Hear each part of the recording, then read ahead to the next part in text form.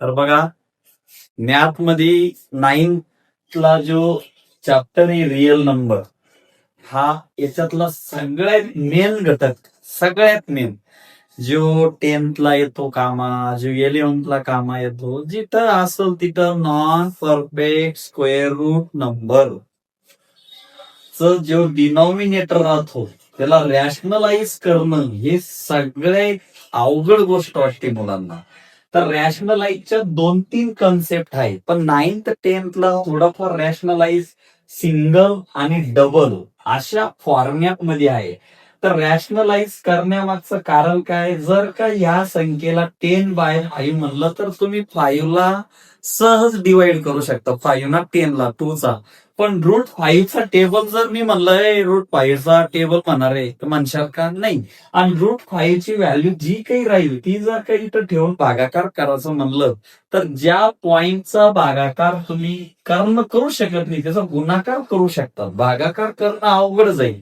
म्हणून रॅशनलाइज म्हणजे रूट पूर्णतः कॅन्सल करून टाकणे. मग कोणतीही संख्याचा रूट कधी कॅन्सल होतो, त्या संख्येनं गुणलं तर कॅन्सल होतो. तर याचा ऑर्डर किती आहे, याचा ऑर्डर आहे 2. तर त्याला रॅशनलाइज करणं म्हणजे काय, डिनॉमिनेटरच्या संख्येना गुणाचं बी आणि डिनॉमिनेटरच्या संख्येना भागाचं बी. तर गुणत असताना गुणाकार काय सांगतो रॅशनलाइजचा, की मला बाहेरच्या संख्येना, ज्याला रूटनी बाहेरचे बाहेर मधले मधी अशी त्याची कन्सेप्ट आहे. तर 10ला रूट आहे का रे, तर नाही. तर 10 1चा 10 √5 ऍज इट इज. आता इथं √5 आहे, इथं √5 आहे, ए इंटू एचा काय होतो स्क्वेअर.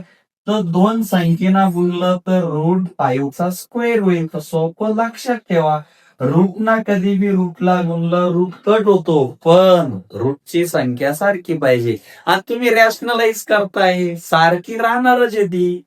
मग √5 म्हणजे फक्त 5, रूट झाला कॅन्सल. मग याला भाग जातो, कितीचा भाग बसतो 2. 2√5 हे झालं याचं रॅशनलाइज. √5 ची व्हॅल्यू इथं ठेवून 2 मल्टिप्लाय करणं या भागाकारापेक्षा काही पटीनं सोपं आहे. म्हणून रॅशनलाइज केल्या जातं. समजा इथं असं रॅशनलाइज आलं 5, तर तुम्ही 5 घेऊन नाही जाणार. रूट मध्ये कोणती संख्या आहे त्याच संख्येला रॅशनलाइज करायचं. तर काय रॅशनलाइज, समजा मी असं लिहितो 7/5√3. रूट मध्ये कोण आहे 3, तर √3 ना भागाचं आणि गुणाचं बी भागाचं बी. तर याच्या समोर काही नाही तर किती 1, 7 1चा 7 √3 ऍज इट इज. खाली इथं 5 याच्या पुढे काही नाही तर 1, 5 1चा 5 √3 म्हणजे 3. रूट कट होतो संख्या सारखी असल्यावर. मग इथं याचं फायनल आन्सर काय येईल रे, 5 3चा 18. हे झालं तुमचं रॅशनलाइज. पण हे सिंगल रॅशनलाइज आहे. डबल रॅशनलाइज म्हणजे 2 संख्यांच्या मध्ये साईन असणे. प्लस असल्यावर काय करायचं आणि मायनस असल्यावर काय करायचं, तर साईन चेंज करायचं भावांनो. तर इथं 5/√3 प्लस √2 आहे. रॅशनलाइज करा प्लस आहे. कशाला रॅशनलाइज करशाल, मायनस ना. √3 मायनस √2/√3 मायनस √2. गुणाचं बी भागाचं बी. हे 5 याला धक्का लावत नाही, बिलकुल लावत नाही. त्याला त्याच्याशी काही घेणं देणं नाही. राहिला खालचा विषय. पहिली संख्या जी आहे तिच्या डोक्यावर स्क्वेअर लिहा, प्लस मायनस कायम मायनसचं साईन इन दोन्ही संख्यामध्ये. कारण की तुम्ही रॅशनलाइज करताय म्हणजे इथं प्लस आला तर इथं मायनस येणार आहे, इथं मायनस आला इथं प्लस येणार आहे. रॅशनलाइज मध्ये तेच होणार आहे. म्हणून डबल नंबरला रॅशनलाइज करत असताना कायम इथं मायनसचं साईन इन. दुसऱ्या संख्येला वर्ग घ्या, इकडं पाहूच नका तुम्ही, या पहिल्या संख्येला या दुसऱ्या संख्येला. कारण ए इंटू ए स्क्वेअर, बी इंटू बी स्क्वेअर. मग इथं 5√3 मायनस √2 घ्या. √3चा स्क्वेअर किती राहील? 3.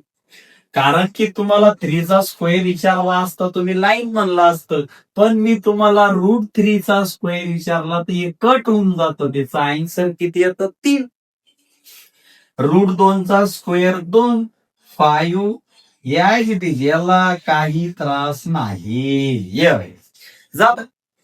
झालं रॅशनल. सिंगलचा असं करा, डबलचा असं करा. इथं काय केलं मी ना, गुणलं बी भागलं बी, गुणलं बी भागलं बी. या 5 कडे पाहून कन्फ्युज होऊ नका. 7 1चा 7, 5 1चा 5. इथं रूट आहे का नाही? टी झाला. √3 3. 5 3चा 15 झालं. इथं काय होतं रे? प्लस. काय केलं रे? मायनस. याचं काही घेणं देणं नाही. प्लस मायनस दोन्ही मध्ये काय मायनस येईल, प्लस येणार नाही. रॅशनलाइज करताय म्हणजे साईन चेंज होईल. √3 पहिल्या संख्येचा वर्ग, दुसऱ्या संख्येचा वर्ग, पहिल्या संख्येचा वर्ग, √3चा वर्ग 3च येईल, √2चा वर्ग 2च येईल. 3 2 केला 1 झालं. इथं सांग काय येईल? लिहून घ्या. जे आहे ते आपण लिहून घेतलं. कशाचं साईन? इथं मी मायनस म्हणतो. इथं मायनस संपुराला कशाना? प्लस आणा. आणलं प्लस. आता काय करशाल? वर काही संबंध नाही, तशाच्या तसे लिहून घ्या. लिहिलं. खाली मायनस बी लिहून घ्या. लिहिलं. 2√2 याचा स्क्वेअर घ्या. √3 याचा स्क्वेअर घ्या. सांगा सॉल्युशन काय येईल भावांनो? याला रूट आहे का? नाही. 2चा वर्ग 4. याला रूट आहे फक्त 2. याच्या पुढे संख्या आहे का? नाही. याच्या पुढे संख्या होती 2चा वर्ग 4, कारण की त्याला रूट नव्हता. पण याला रूट आहे तर फक्त 2. √3ला फक्त 3, कारण की याच्या पुढे कोणी आहे का? नाही. सॉल्युशन आणा. 4 8 -3 10 2√2 प्लस √3 बाय 8 मधून 3 काढा 5. याला भाग द्या. 2चा भाग बसल. फायनल आन्सर काय येईल तुमचं? 2 प्लस √3. तर अशा पद्धतीनं रॅशनलायझेशन केल्या जातं. याला सिंगल म्हणत्या, याला डबल म्हणत्या. डबल काय? Sign change. प्लस असल मायनस आणा, मायनस असल प्लस आणा.